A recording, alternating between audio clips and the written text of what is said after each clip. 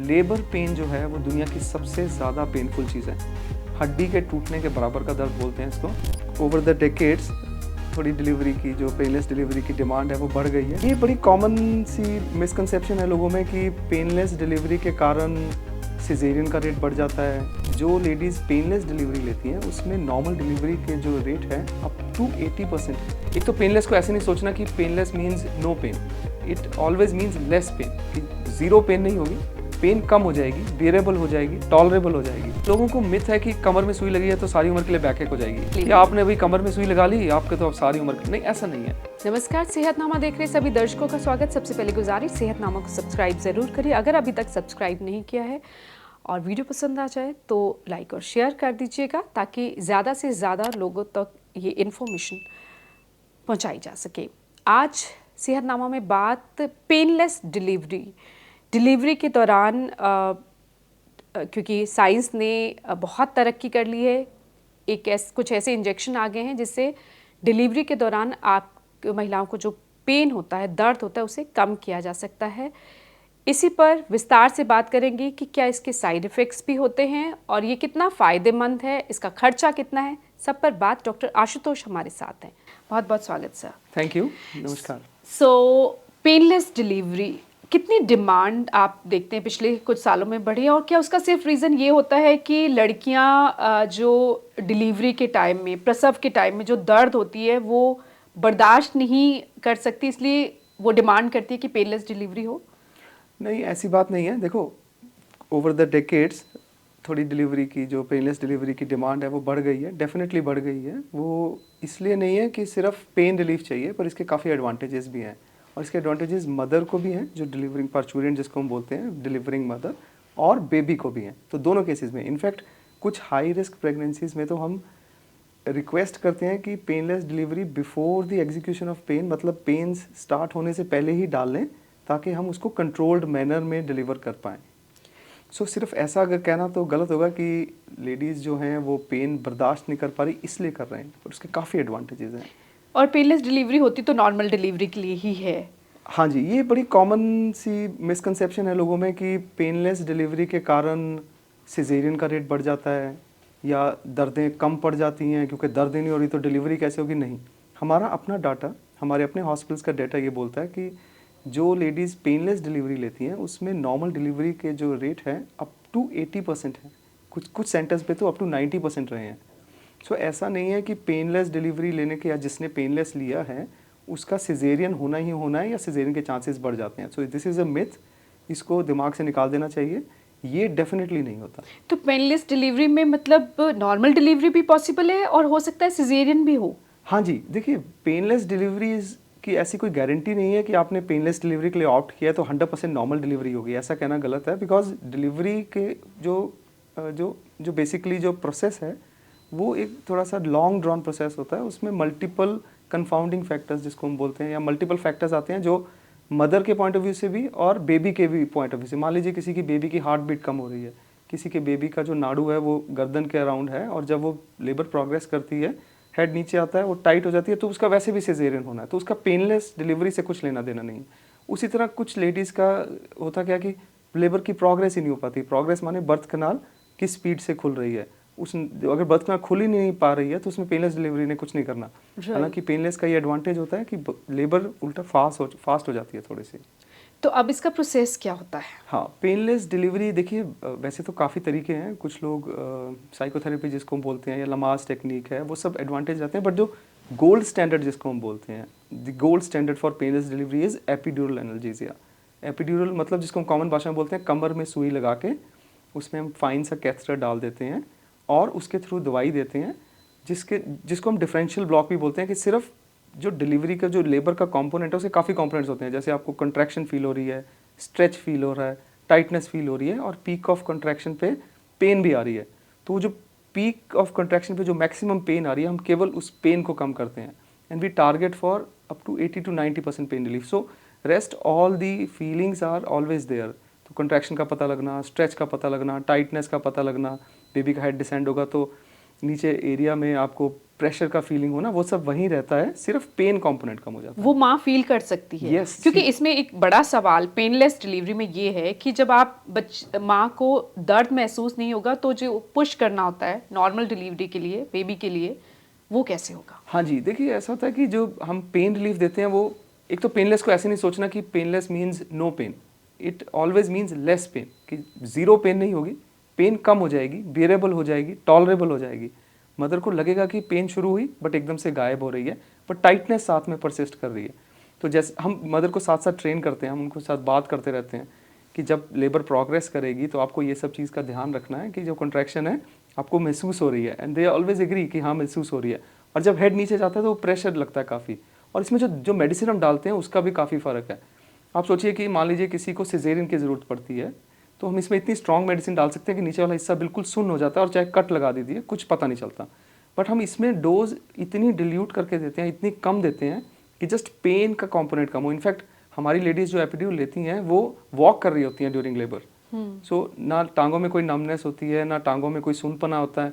ऐसा नहीं है कि बिल्कुल नीचे सुन हो गया कुछ पता ही नहीं चलता, ऐसा नहीं होता। अब इसके फायदे और नुकसान भी बताइए। पहले फायदे, फिर उसके बाद नुकसान। हाँ, सबसे पहले फ़ायदे ये हैं कि जो सबसे पहले ऑब्वियसली आप देख रहे हैं कि मदर की पेन कम हो गई, तो हम दो कंपोनेंट्स में डिस्कस करेंगे, मदर के फ़ायदे और बेबी के फ़ायदे। जब पेन कम हो जाएगी तो मदर की एंग्जाइटी कम हो जाएगी, मदर ज़्यादा एक्टिवली लेबर में पार्टिसिपेट कर पाएगी। पेन से रिलेटेड बहुत सारे कंपोनेंट्स जिसको हम केमिकल्स बोलते हैं, जो स्टिमुलेटिंग केमिकल्स होते हैं, वो सिक्रीट होते हैं एंग्जाइटी के लिए, जैसे एड्रेनालिन का नाम सुना होगा।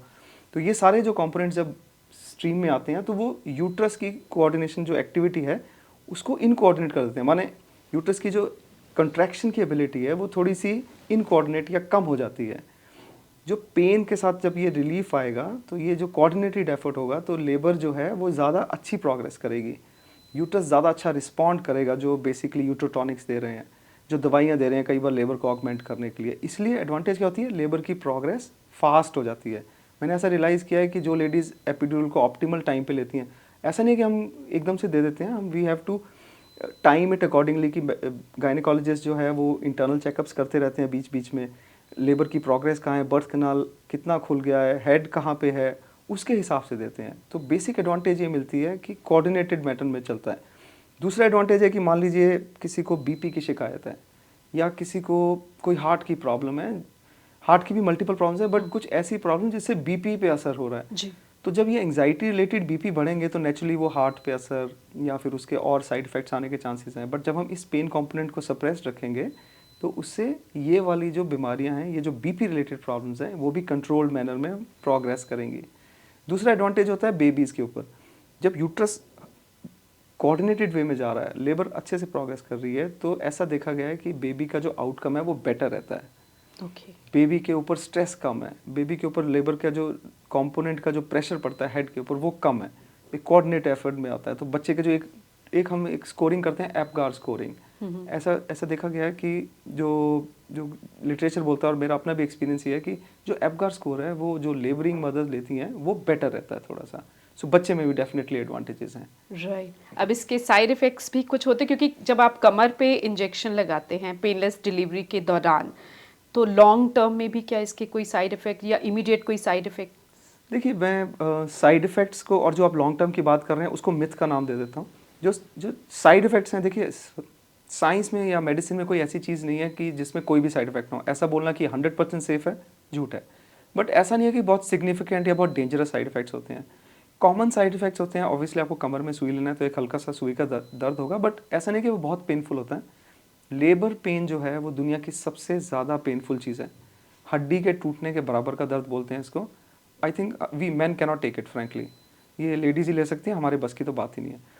सो वो जो पेन है उसके सामने वो सुई का दर्द कुछ खास नहीं है, ये बात मान के चलिए। सारा प्रोसीजर 10 से 15 मिनट का होता है। जब हम नीडल लगा रहे होते हैं तो नीडल को एक पर्टिकुलर स्पेस जिसको हम एपिड्यूरल स्पेस बोलते हैं उसके अंदर जाके रुकना होता है। वो स्पेस 3 से 5 मिलीमीटर की होती है। उसके आगे जो स्पेस है एक लेयर होती है जो आप सोचिए कि स्पाइनल कॉर्ड या न्यूरल सिस्टम का स्ट्रक्चर शुरू हो जाता है, हमें उसके अंदर नहीं जाना है।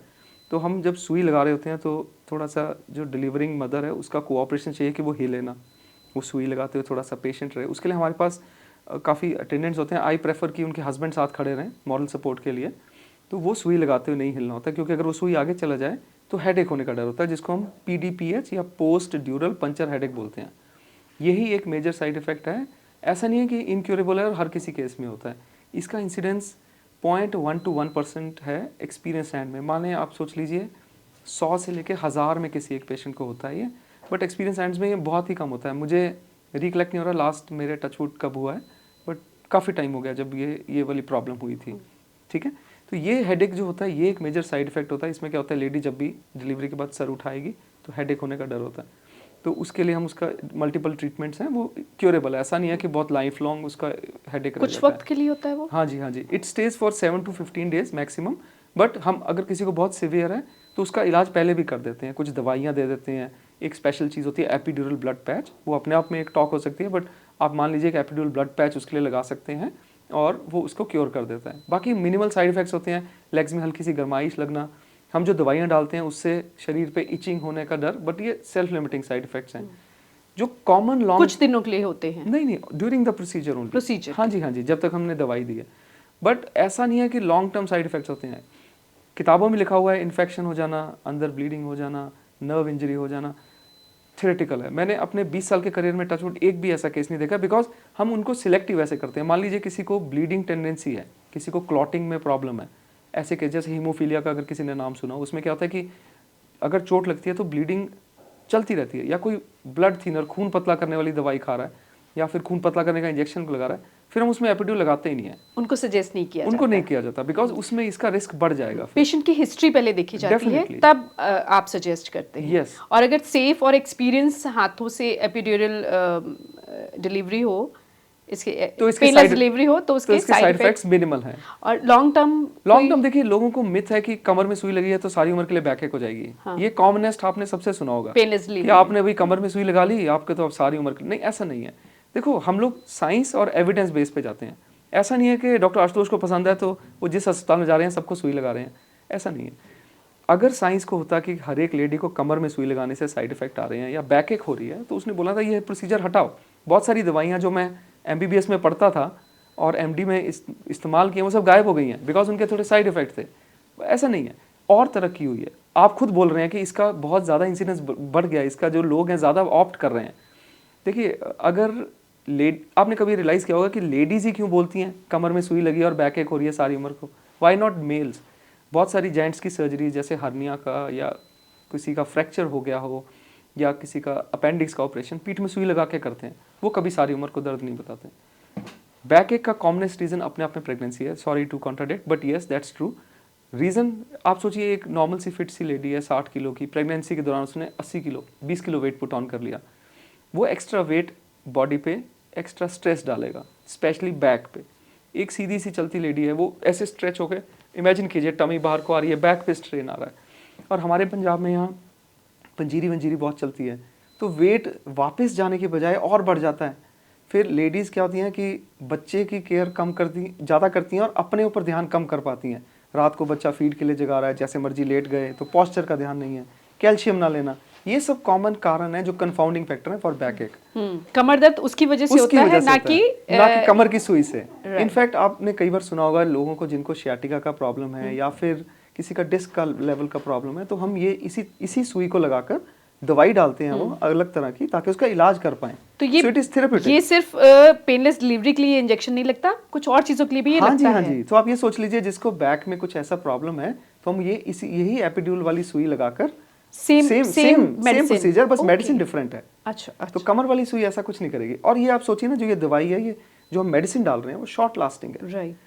वो ऐसा नहीं है कि उसके बड़े लंबे असर चल रहे हैं या बहुत लंबी दवाई चलेगी, उसकी T1/2 है, उसके बाद वो खत्म हो जाता है उसका असर। सो ऐसा कुछ नहीं सोचना है। तो ये मिथ है हाँ। कि आगे भी दर्द रहेगा। हाँ। जाते जाते अब इसकी एक्स्ट्रा कॉस्ट कितना खर्चा होता है अगर कोई पेनलेस डिलीवरी के लिए जाना चाहे? ऑन एन एवरेज आप लगा लीजिए 10 से 15 हज़ार रुपये एक्स्ट्रा लगता है, over and above your normal delivery rate.